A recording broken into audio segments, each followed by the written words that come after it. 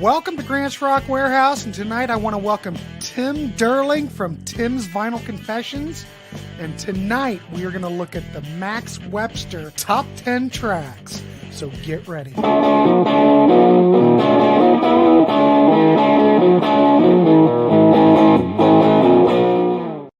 Tim Durling, how are you? Nice to see you. Welcome to the show. Tonight we are looking at our top 10 favorite Max Webster or Kim Mitchell tracks. We're going to open it up to both. And as everyone maybe knows, maybe they don't, but Max Webster was a Canadian rock band formed in Toronto in 1972. They had really high energy stage shows. These guys were players beyond belief. Very eccentric compositions. They had prog rock. They had folk, punk, new wave, power pop, hard rock, and Beach Boys harmonies to boot. Geddy Lee once described them as saying, "They're quite hard to describe, but they have amazing musicianship and have very interesting lyrics." So there you go. These guys toured heavily in the mid-'70s to the early '80s. They usually played like 200 to 250 dates a year. But by '78, they were headliners in most of the Canadian markets. And these guys constantly toured with Rush. So maybe if you saw Rush like in the '70s or maybe like early '80s, you probably have seen them open for them. So we've got four key members. This is what I consider the classic lineup. Kim Mitchell, which did guitar and vocals. Terry Watkinson, he was keyboards, synthesizers. He was like there from '74 to '80, and then from '80 to '81, and then he came back. Mike Talicka, which I want to say just now is just an incredible bass player. He was there from like '72 to '77, then came back in '90. He was in and out. And Gary McCracken, who was the drummer from '76 to '81. I don't know if Tim has anything more to add, but I'm going to throw it over to Tim. Do you have anything more to add about Max Webster and Kim Mitchell? Thanks, Grant. Yeah, well, growing up in Canada, kind of like when we did our Honeymoon Suite episode, Kim Mitchell was in the '80s was like a household name. I mean, everybody knew who Kim Mitchell was. He had several multi-platinum albums, a lot of songs on the radio, a lot of videos. And hello, Star. Hey, Star, how are you? And it was really after the fact that I myself discovered Max Webster. And I'd heard about them a long time before I actually went back and got into their catalog.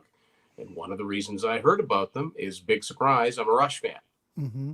It's impossible to read any amount of history of Rush between the years of '76 and '81 without reading about Max Webster, without reading about their lyricist, Pi Dubois. Mm-hmm. He figures into the Rush catalog. And when Kim Mitchell went solo with the demise of Max Webster in 1982, Pi Dubois remained with him for many years as his lyricist. So that sort of way with words continued, even though Kim Mitchell's solo catalog was a little bit more streamlined. Neither of these bands really cracked outside of Canada, whether it was Max Webster or Kim Mitchell was a solo artist. Although Kim Mitchell did make a few more inroads. He had at least one song that charted in the top 100, which I'll talk about. And then he had one song that hit the mainstream rock chart. He's, outside of Canada, there's pockets of fans. But Max Webster definitely has the cult following because they're just that type of band. Kim Mitchell's music was, even though it was quirky, was a little bit more mainstream. I had a hard time whittling this down to 10, but in the interest of fairness, I picked 5 Max Webster songs and 5 Kim Mitchell solo songs in no particular order. Well, that's kind of what we were talking about before we went live. I was telling you, this has had to be one of the hardest exercises I've had to do. And there's been some really tough exercises in the past, but this was very hard because these catalogs are so strong. And to pick out 10 that it's pretty hard to do. But I also wanted to say that back in like 1980, 82, when Battlescar came out, 81, roughly then, that used to get a lot of airplay like on FM rock radio. Around the time, Permanent Waves and don't even know what that is. Uh, Um, but oh, you're talking about Kim Mitchell? Oh, come on now. Actually, it Um, might be Mike Tilka because he was balding yeah, too in that picture. That's another thing about that band. I mean, they had some interesting wardrobe choices. I mean, look at this album cover: high class and borrowed shoes. Look at that. exactly. So they kind of they did what they wanted to do, but at the same time, I can kind of understand why they didn't have that huge mainstream acceptance. Colston, good evening. How nice you're here. BM Bolt checking in, gonna watch later. Guests coming over. Well, you know, Byron, you have quite the lifestyle, so you have to do what you have to do. But what I was gonna say is that, like in 1980, 81, you know, during permanent waves and all that, Battlescar got a lot of airplay on FM rock radio then. So that was probably my first where I first got turned on to Max Webster. But after that, Tim, that there was nothing else after it. Every now and then you would hear him play Battle Scar, but usually if like someone requested it, you know. But that was the only thing that ever really happened down here in the States, and that was just a blip, you know. If it wasn't for Rush, we might not ever have heard anything from them. So you know, it is what it is. So I got my list together, but I didn't really rank them. I have 10 tracks. And for me to rank them, like I said, it's almost impossible. Yeah, I didn't So rank mine either. no, we're just going to throw them out. I'm sure we're going to have tracks that are going to overlay, but well, or we may not. I'm going to throw it to you. Go ahead and start us off. Okay, so I'm going to start us off kind of at the beginning. And it's one of those cases where, depending on where you bought it, the album has two different covers. So the Mm-hmm. first Max Webster album came out in Canada in '76, self-titled, had this very strange cover on it, like loaves of bread. Well, they're like they're like human loaves of bread. That's what I would. And the oven has a face, so Mm-hmm. very very odd. And Yeah, if you and the got a U.S. cover's totally different. Oh, U.S. I cover, should look like have this. pulled. It's that. I should have pulled it, Hangover. but you've already got it. Yeah. Yeah. Hangover, and that is the song that I'm picking from this album. Very first song, the very first album. It's a rocking tune, and that's it's a concert staple for them. And Kim Mitchell still does a lot of Max Webster songs live, so I kind of had to go with Hangover. Well, I totally agree with that because it is a concert staple. It is when it's, I would say that's their signature song. I was going to pick that, but there was something else I liked better. But I think yeah, that's a good choice. If you like Max Webster, you have to know the song "Hangover" because, Yeah, and like you said, he's Kim still plays that when he's out playing. That's yeah. like their song. And So, he's such an underrated guitar player too. He's a great guitar player. hmm, well, let's see. I'm going to just start off at the top of my list. And like I said, this does not mean this is my favorite, but I think this is killer. Now, I've read online that some people don't think this track is so great, but I'm going to go with Diamonds, Diamonds from 1977. I mean, a lot of these albums are produced by Terry Brown, and if you've heard any of these Max Webster albums, holy mackerel, they sound wonderful. Yeah, Got the electric piano. This is almost a blend of prog and pop to some degree. Beautiful vocals by Kim Mitchell. Killer bass by Terry Watkinson. I mean, Mike from Mike. Mike Getting Tilka. everybody, yeah, from Mike Tilka. Though I'm sure Terry's keyboards were top notch on this. Oh It's yeah, infectious. Parts of it, I know this predates yacht rock, but it's almost yacht rock ish. it's right in there. '77. That's Yeah, well, perfectly. I guess it And would fit in I there. thought about that. As a matter of fact, there may come a time when I might do an honorary yacht rock episode, and that certainly fits because it does It kind of. does. You listen to the song, you kind of feel like you're floating. It's a radio staple in Canada. It was Oh, one it of their heaviest was. played tracks Okay. up here. Oh yeah, for sure. From that album I just showed, High Class and Borrowed Hmm. Shoes. But it's also got those Beach Boys vocals. Oh yeah, great harmonies. I Yeah, mean, look at it's just hard to even classify what this band is because they have so many influences. They also incorporate so many musical stylings that, I mean, are they prog? I don't know. I don't even know what to even classify 'em. There's no one that sounds like Max Webster. I will give you that. All right, what else you got? Okay, so now we'll switch over to Kim Mitchell solo track, and Okay. it probably very predictable, but I happen to think it's a great song. Sometimes songs become a signature song for a reason. They're just really good. And the only song that ever hit the Hot 100 for Kim Mitchell was a song "Go for a Soda" from his first full-length solo album, Akimbo Logo, in 1984, which, depending on where you bought it, it either looks like this Yep.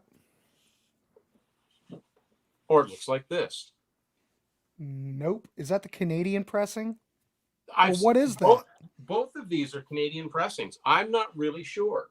Maybe somebody out there knows why. I found this is the main one. This is the one you usually see. That's what I've got. Yeah, that's the one you usually see. Have you got a US copy? Yeah. I'm curious because his albums were not easy to find down there. I know some of his albums were released down there, but this one I found in like the mid 90s and I didn't know what the heck it was. I've So never seen that. I don't really know. It's it's got kind of the same kind of imagery on it, but and it is a great album. But Go for Soda, yeah, that went to like number 12 on the mainstream rock chart. I think it hit 75 on the Billboard Hot 100. The video got a little bit of play. It was kind of used as sort of a anti-drunk driving song, even though supposedly that wasn't the goal behind it. Obviously, it's it's a song he doesn't dare do a show without doing. No. And it is really it's a rocking song. It's got great harmonies again. When he was for the bulk of his solo career, the high parts were sung by his bass player, a guy by the name of Peter Fredette. You got Pi Dubois writing the lyrics, and this is one of the songs that really established him as quite a big rock star here in Canada. So yeah, I pretty much have to mention Go for a Soda. I remember when I was a kid. Remind me, what year did that come out? Was that 82? 84. 84. I do remember that being played a lot. They did play it down here. People loved it. Every now and then you may hear it now, but I haven't heard it. Maybe you'll hear it on Sirius XM, maybe. I've seen it on Sirius XM Deep Tracks once, and I was quite pleasantly surprised. Mm-hmm. It's like, what? Wait. Yeah. All right.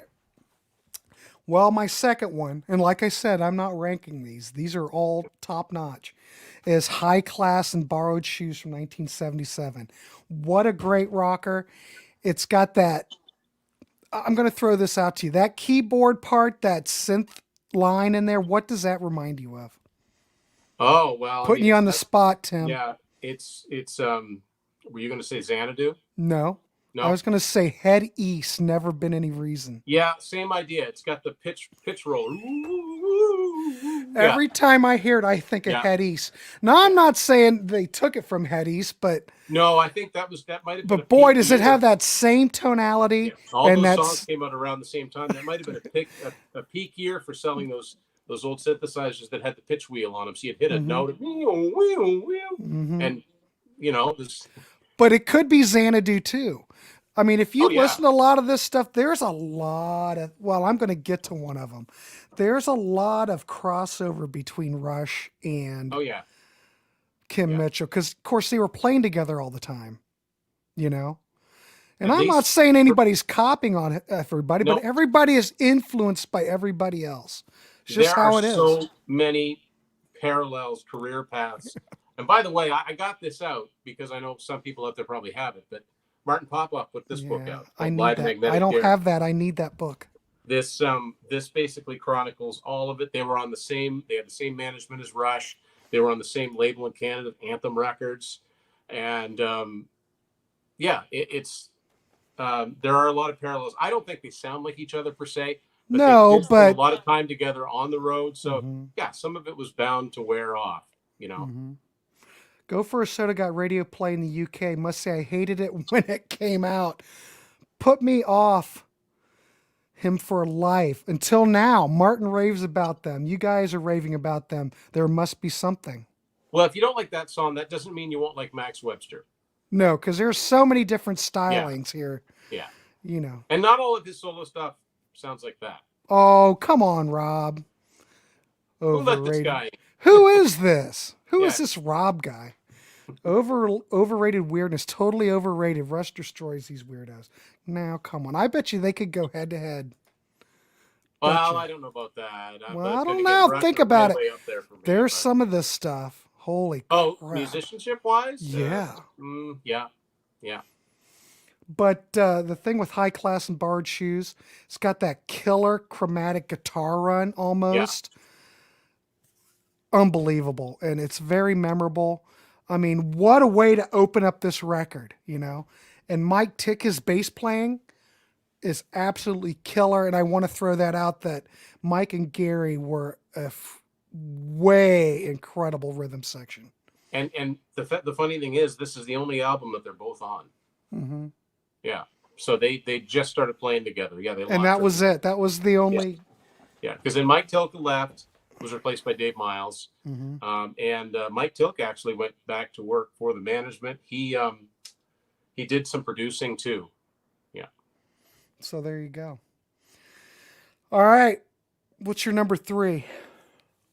Well, I found it hard to narrow these down. I tried to spread it up throughout the catalog, but when it comes down to it, 3 songs I've got picked for Max Webster all come from the same album. My favorite Max Webster album, A Million Vacations. Oh. This is my favorite album. And really? even though it wasn't produced by Terry Brown, it was produced by a guy named John Denotbeck, which I've never heard of before or since. I've never. It has got a pristine production. Like, it's just a immaculately produced album.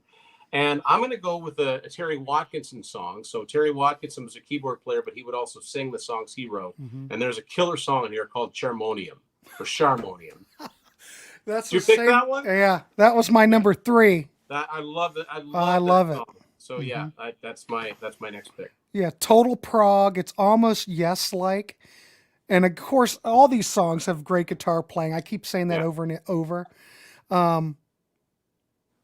It's proggy, but the beginning's very Yes-like, but then when you get to the verses, it's not. It transforms into something else. And it's got those keyboards in it too, doesn't it? Woo, woo, yeah. Woo, woo. Like it's got the pitch wheel again. Yeah, well, we're talking 1979, so this is 79 for this one. Yeah.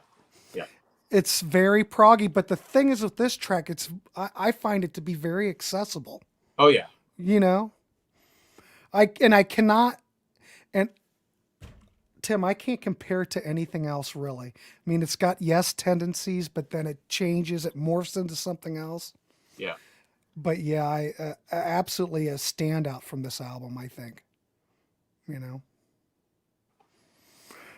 All right, what does Rob say?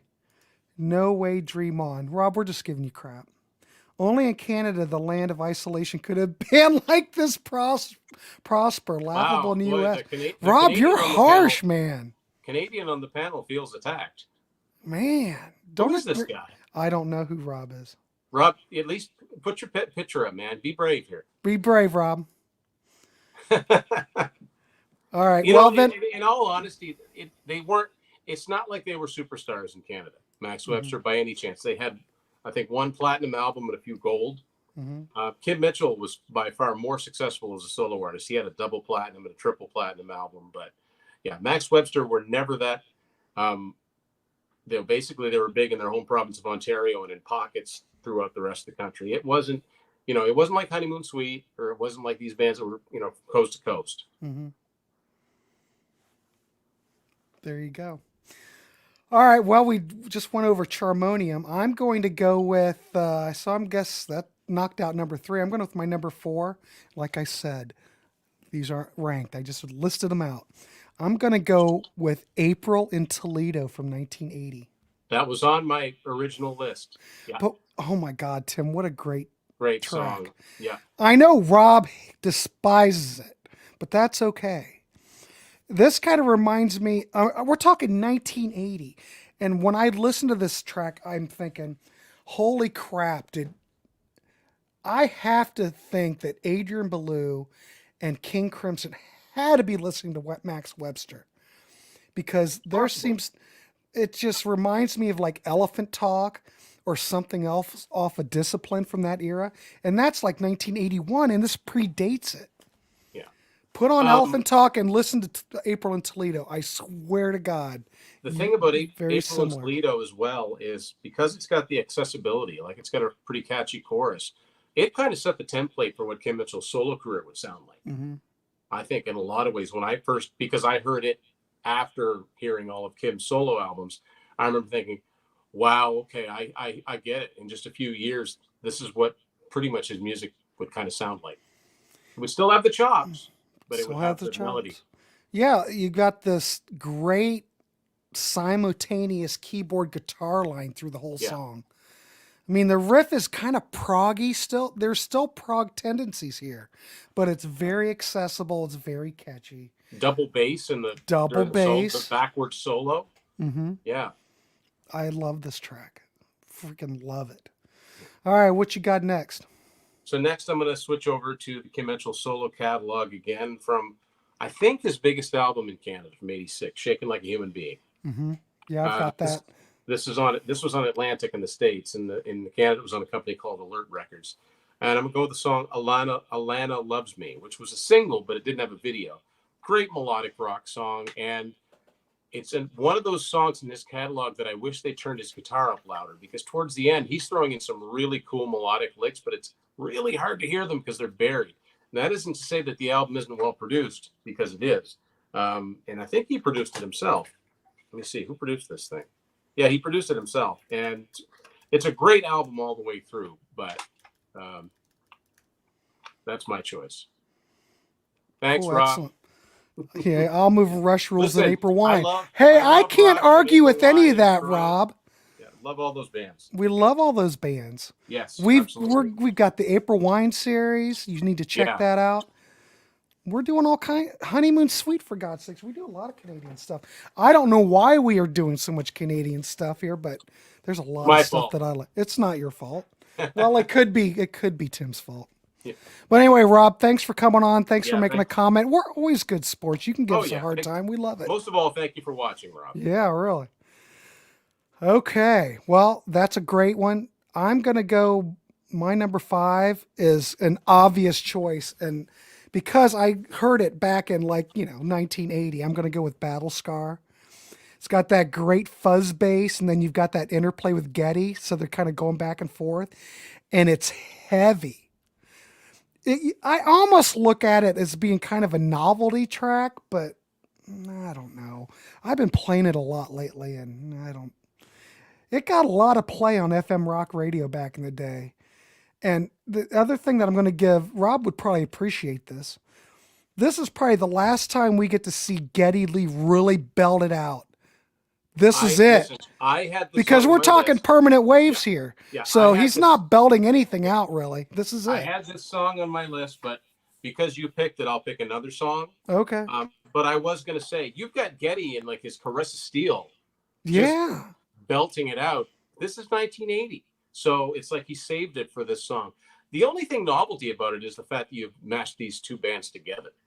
And I'm really surprised that because Rush were a platinum selling band at this point, really surprised it didn't drive Universal Juveniles to gold. They were on the same label. Like, I have to think somebody dropped the ball there because, the first time I heard this song, actually, Grant, was on Kim Mitchell's live album from 1990 called I'm a Wild Party. And it didn't clue into me right then that when Peter Fredette would sing the high parts, what he was singing were Geddy's parts. And it was years later that I heard it. And I remember I first heard it, I think it was like 2001 before I heard the Max Webster version. And at that time, Rush had been away for a long, long time. So I was like dying to hear something different from Rush.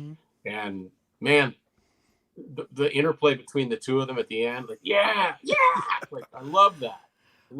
I know. There's the cassette. There you go. With the yellow jumpsuit.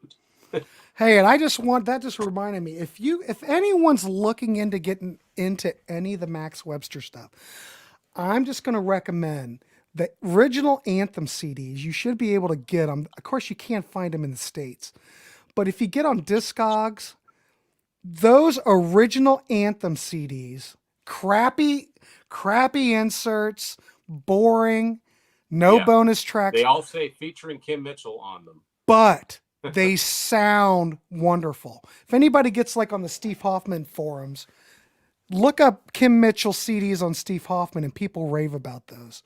But they, for the most part, the Anthem ones sound wonderful.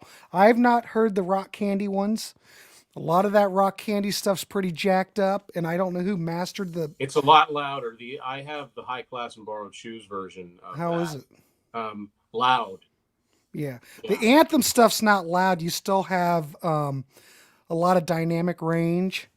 Hey, Mike. But, Mike, how are you? You have the Party Box. How's that sound? That sounds good. I have that too. Yeah. Now, who put? I don't have it. I haven't seen it, but who released that? What was that Well, through? it's what Anthem went on to become, which was called Olay music. I've got the Okay. CD version. It was also released on vinyl. Hmm. And just a reminder out there, Mike, I know you're watching. You mentioned Aaron. I still need this one on 8-track. It's the only one I don't have. Universal Juveniles. I bet Ernesto's got that. He probably does. Yeah. Hard I to don't find. know I where got the Ernesto rest of is. He might pop in. You never know. Yeah, I bet he's got it though. probably. Um. All right. Well, now see, I went on a tangent, but anyway, if you're looking to get a Max Webster, find those original Anthem CDs. They're not terribly expensive, but my God, do they sound good? I'd actually start with the that best of that Anthem put out in '89 Yeah. because that's a pretty good overview of their career. It's got one Kim Mitchell solo song on it, but it's got any of the songs that you think you might have heard before they're on that CD. And it's a good long CD too. And if you like that, go on from there. Yeah, and But it's not a that's big catalog. They only did 5 studio albums, so it's not going to set you back much. Yeah, and like I said, this whole channel, the whole reason I did this channel is to throw out these bands that people don't really hear about anymore. Now, Canada people probably know more Max Webster, but here in the States, it's like, kind of forgotten. But man, other than Rob, doesn't like them. We love them. And I just think that they need to be, throw them back out into the wild. All right, so I did Battle Scar. What's your next? Yeah. I guess it's back to you. Sorry, I get on a tangent. No, that's all right. So I was going to do Battle Scar. I can't really add anything. Great, it's a great song. It's probably great. easy if you're a Rush fan. That's the easiest starting point because it's a half Rush song, right? It just happens to be on. Yeah, I was hoping that Rob was still here so Rob could jump in. I'd like to know Rob's take on that since Rush is on it. Really, I really would like to know. He would. He won't like it. I get the feeling. He might. So I'm going to go with this album, Mutiny Up Your Sleeve, the third Max Webster album, and I'm going to go with the song Lip Service, which is it's kind of got a not really a funky riff, but it's really catchy. It moves a lot. It's got a really catchy chorus, but it's got heavy parts. It's got crazy keyboards in it. It's Max Webster. Mm-hmm. Yeah. Great, freaking great track. Sean Barnes. Sean, look, he can show his face. I was lucky enough to find 3 of those Anthem Max Webster CDs in a thrift store here in Canada for $1 each. Wow. That Magnetic Live. I found a used copy here in the States. This is just, I know, we're just yapping. That's a rare CD. Yeah, I found it at Half Price Books in Columbus, Ohio for $7.99. Oh man. Because that was never bought it right away. I've never seen it. I've never seen any Max Webster stuff in the bins here in Ohio. Used stuff. Live Magnetic Air and their Best of Diamonds were never issued on CD when Anthem put out the studio albums. They were issued in a brief period in the mid-90s. Those ones are rare. And Diamonds isn't even part of the party box set, and yet it's got 2 songs on it that aren't on any other album. So try to find that one. Good luck, kids. Yeah. But that's what's fun. It's all about the hunt. Yeah. And remember, buy low if you can. Yeah. All right, my next track is a ballad, and I think it's absolutely brilliant. This might be my favorite track. And it just goes to show you the versatility of this band. They can do ballads, they can do prog, they can almost do punk. You can't classify them. Yeah. Absolutely brilliant, very emotional. It shows a beautiful side to the band, and it's a McCracken Dubois track. Words to Words from Yeah, 1977. yeah, great song. Oh my God. I would take more McCracken's Dubois Kraken songs if I could get them. I think those, Teddy, I think those two together, damn dog. I think when they would work together, I mean, I don't know. I like McCracken and I like Dubois and I like them together. So that's my other choice. Check that out. That's a wonderful track. Beautiful. All right, what you got now, Tim? So I'm sticking with this album, Shaking Like a Human Being. I'm going to Okay. go with the last song on the album called Hitting the Ground, Mm-hmm. which is another great melodic rock song. It kind of builds a little bit. It's very keyboardy, but very, very melodic. And it's got some really cool vocals where there's like a call and response towards the end of it. Great drums. He always had great musicians in his band. Drummer by the name of Paul DeLong. Mm-hmm. Um, just fantastic on these albums. Like could like solo with the best of them, but place for the song, always the right thing at the right time. I don't think this was a single. There were a lot of singles from this album. This wasn't one of them, and I think it should have been. Yeah, that's interesting. You've pulled two tracks off of this one too. And this one, if I remember down here in the States, I don't think that album got reviewed very well, which I don't understand, but we all hear things I differently. don't think that he had the push. I know his albums were available, like he was on Atlantic Mm-hmm. Records, but if you don't have management in the States, in the face of the record company, I mean, he was on some big tours. In '86. He opened part of the 5150 tour for Van Halen, so he was, Mm-hmm. he had a shot, but it just didn't, you know. Plus the fact, I don't know. See, in Canada, he was iconic. He was an image guy. He was the guy with the ball cap and the Mm-hmm. long stringy hair and the receding hairline. He was well into his 30s by the time he started his solo career. I Mm-hmm. don't know if that played against him in the States or not. I don't know. Who knows? I think that Max Webster and the Kim Mitchell stuff was just too quirky. I think that it just, and I don't think they ever pushed it. I don't No, remember them ever pushing this stuff. Some of the records were on Capitol. Some of yep. the records were on what, Mercury? Most of them were on Mercury, like A Million Vacations and the live one, Live Magnetic Air, were on Capitol. The rest were on Mercury.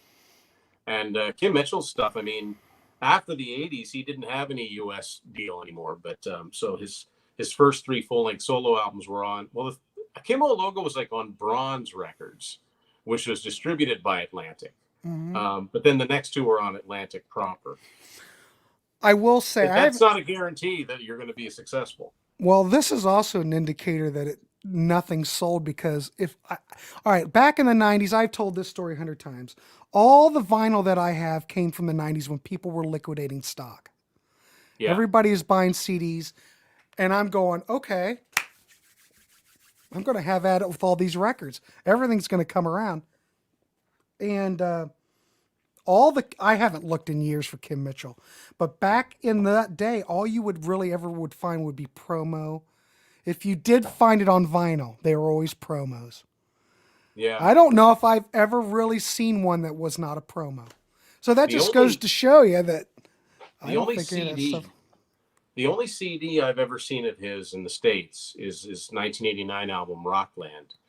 That was on Mhm. Atlantic. I've seen that one, but no, he was very much a Canadian concern. Yeah. Oh well, that's why we're giving him some love. So Yeah, this is awesome. okay, so I did words to words. I guess you're up next. Okay, so back to Max Webster and back to my favorite album, Million Hmm. Vacations. I'm going to go with the song Night Flights, That's a good which one. there are so many things I love about the song, but I mean, I love the whole song, but one of the things I love about it is at the beginning of the song, into that first chorus, reminds me of a late 70s uh, preteen children variety show on Saturday morning. And I know I'm probably not painting a very good picture for people, but that's what it sounds like. If you grew Well, up in the that's late fine. 70s watching Saturday morning TV, when Mhm. that song comes on, it's like the show was called Night Flights. And it's like, here we go, Night Flights. And I totally get that. Yeah. but it's a great song. It goes like a lot of their songs. It goes through a lot of different movements. Yeah, I love it. Like it might be their mellowest album, even though there's lots of guitar on it, but it's very keyboardy. But to me, it's their most accessible album. It's maybe their, dare I say, least weird. Yeah, I Mind would you, agree with that. the last two songs on this album go toe to toe with anybody for weirdness, which would be Rascal Hootie, which is kind of their punk song, and then Research at Beach Resorts. So, but other than that, it's pretty accessible all the way through. I think High Class and Borrowed Shoes is fairly mellow to some degree. It is, but at least Kinda. this doesn't. This has a slightly more conventional cover rather than them Well, in their yeah, kimonos. High Class and Borrowed Shoes. You can't look at that cover and think that they're out to sell records. Need I remind, just in case you forget? Here's what it looks like. Look at that. Yeah, This is actually these two tapes are the only they're the only ones I've got that are American. They're hard to find. Never These seen are them. Canadian issues, but these ones are on Mercury. Hey. Never seen them. All right, that's a good one. All right, I'm gonna go.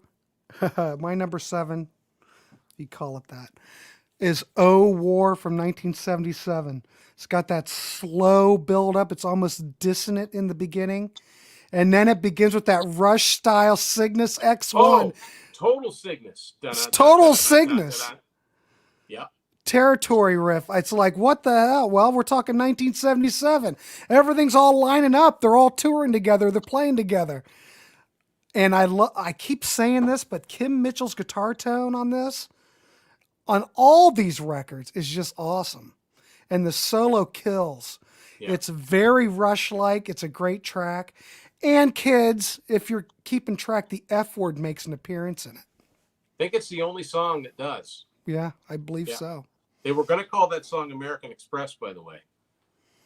I would think that even Rob would like this track, but then I don't know. That's okay. I'm glad Rob came on. I like it.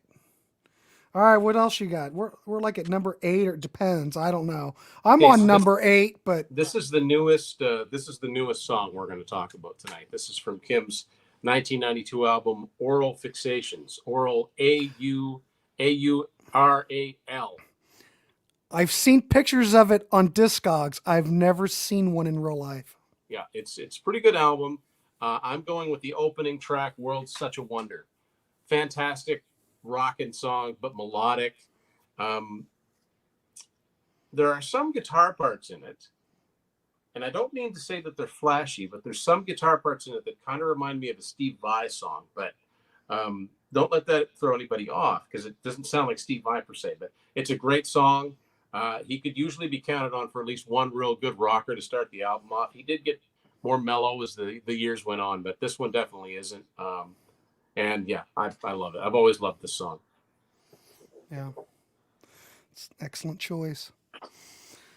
All right, I'm going to go with something from 1976, which I think I'm not sure. You may know if this came out as a single in Canada or something. Lord knows nothing came out down here in the States. But from 1976, Blowing the Blues Away. Yes. Which, was it a single? I don't know, but it was. Okay. Yeah. It's music and the lyrics were Terry Watkinson. He did both. Yeah. Again, hitting it out of the park. It might not be some, if you're really into Max Webster, this might not be your cup of tea, but it just shows you the versatility of this band. If they want to do pretty much a straightforward pop track, there you go. They can do it.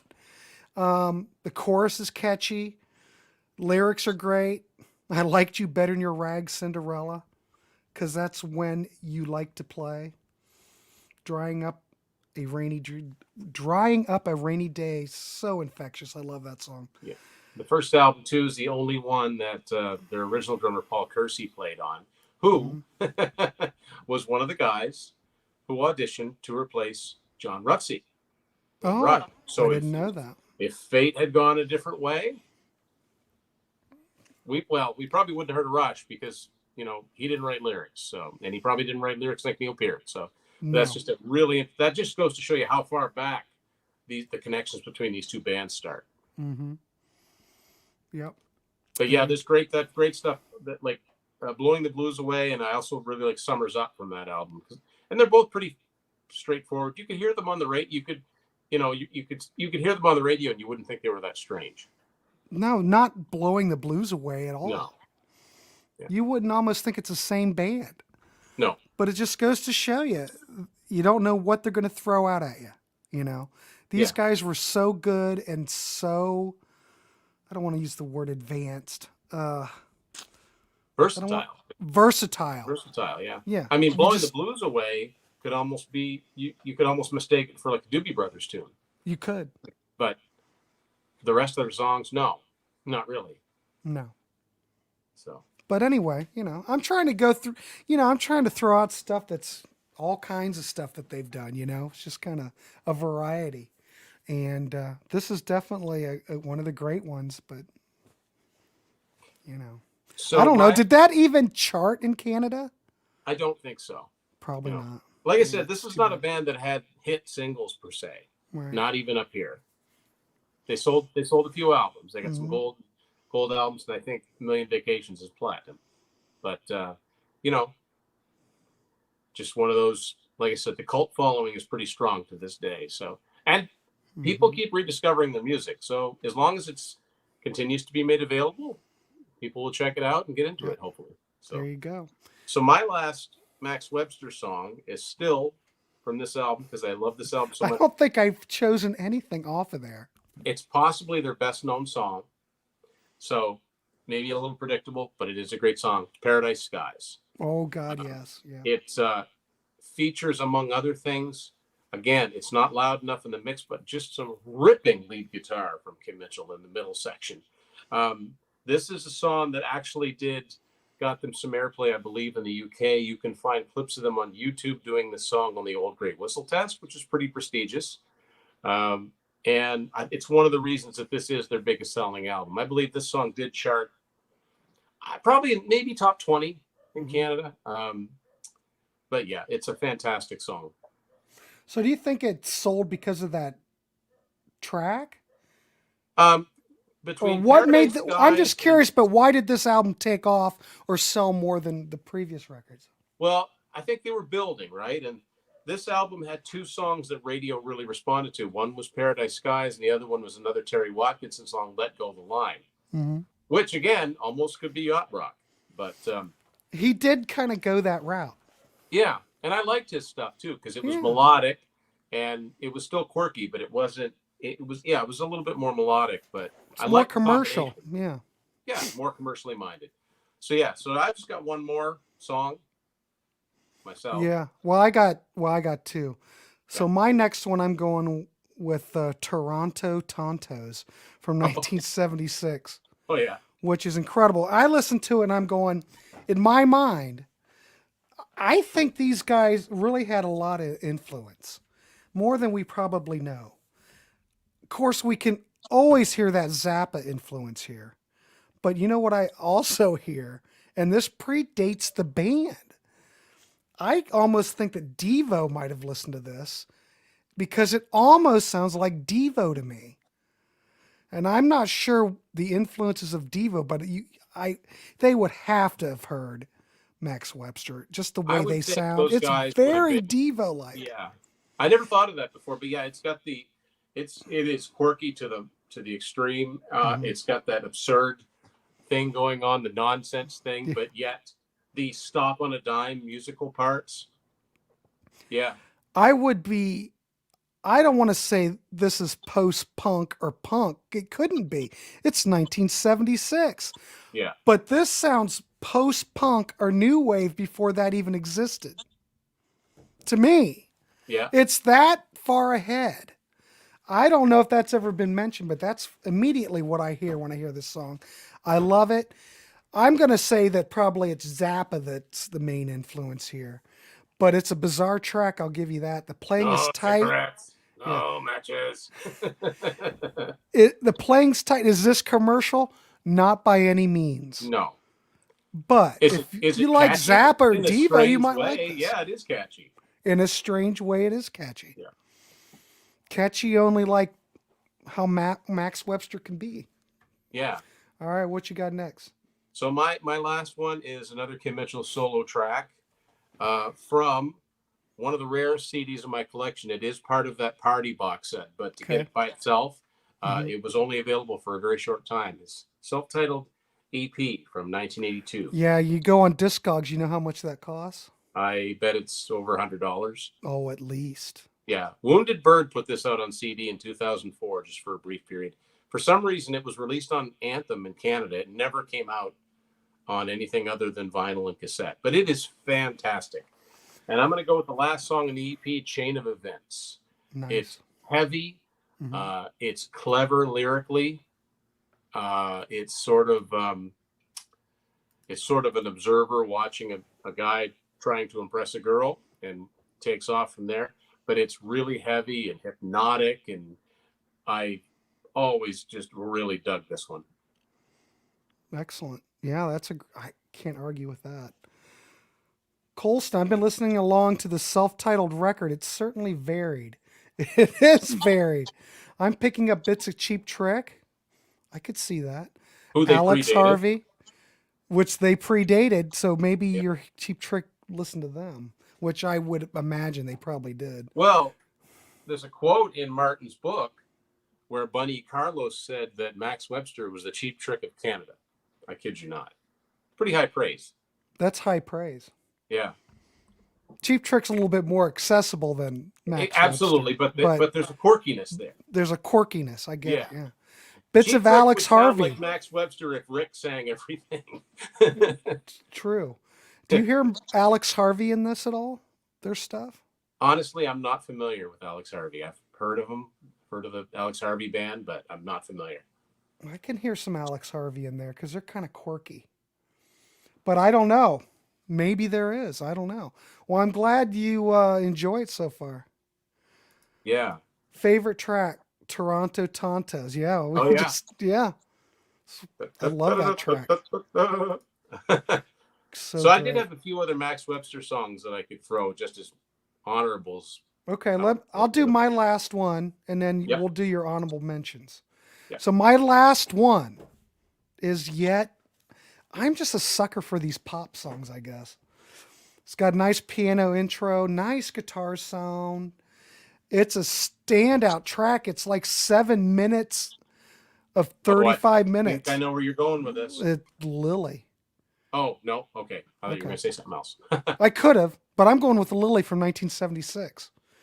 It's a beautiful track. It's almost like a mashup with a prog rhythm section, yet God, how do I even describe it? It's like a prog ballad, I guess. Yeah. But it's melancholy. It's got a very melancholy vibe to it. Yeah. Have you ever heard, well, you've heard of the band The Bears, right? With Adrian Yes. Belew and, the Psycho Dots are two bands that are together. God, I hear a lot of Bears. I bet the Bears played a lot of Max Webster. And I know Adrian Belew had to be into this band because I just hear a lot of that in this. But I think this song doesn't sound like anything else. I mean, it's almost like a prog jam. I just don't know how to classify it. But I think it's a great closing track from that debut album. I think it's a wonderful track. I mean, that whole debut album's wonderful as it is. But I thought you were going to go with the song "Astonish Me" from Mutiny Up My Sleeve because it's I could have. Piano ballad. I could have. Yeah. It's another. Well, yeah, that's great just one. it. There's not, there's only so many songs in the Max Webster catalog. I had April in Toledo on here too. You already talked about that one. I had The Party, which is a concert staple for them. It's a lot of fun. It's got, it's an audience participation song. And I had Let Go the Line, which is just a great Max Webster pop song. And I had Gravity. All great songs. Yeah. We could have picked a lot more too. That's what I'm saying. There's nothing, if you're getting into this band, yeah, like Tim says, maybe check out the greatest hits. but you will find that there's not one weak album No, among the bunch, and there except for Rob, which Rob hates. are, But that's okay. I'm glad Rob came on. yeah, But when I listen to the catalog, there's nothing weak about it. There's not one weak album, no, you they're know? all pretty consistently good. And like I said, there's only 5 of them. So Right. if you like the best of, it's not like sometimes you get a best of and you'll realize that, wow, did this band ever pick their singles well? Because I really don't like anything else. It's not the case. Mm-hmm. It's all pretty consistently good. Mm-hmm. It's they're a treasure, a Canadian treasure, as far as I'm concerned. So I would recommend that to anybody. So while you're here, Tim, you got anything coming up on your channel while we close this one out? Anything Um, you want to promote? Since yeah, we're live anyway. a lot of people like it when we do our top 10 songs, kind Mm-hmm. of what we did just here. Mm-hmm. And we've got one coming up on a band, a particular band. We've also got a very, very lengthy episode on the way. Let me see. I won't give away the year, but it's the best albums by a particular year, and there's 5 of us all together, and it's a long, long episode, but we Oh had a lot of boy. fun doing it. So I'm waiting to see the people that disagree completely with a lot of the things that are said. That's what I Well, hope you for. could. You might get that. Yeah, Lily was one of the few tracks where Kim Mitchell actually wrote the lyrics. yeah, that's right. Usually it was Pi Dubois that wrote the lyrics, for Well, sure. I think he did a great job. I don't have any problem with that track at all, Sean. That's great. Cool. Well, this was a lot of fun, Tim. I Yeah, don't I know if we're enjoyed going it. to set the world on fire, but hey, if Hopefully you, people check this band out, though. It would be yeah, nice that's to, the whole goal is for yeah. people to check it out. I mean, if you like the other bands that we've, said that might have been influenced by them, you'll probably like Max Webster. So, I don't know, get on Discogs. I don't even know what's really in print.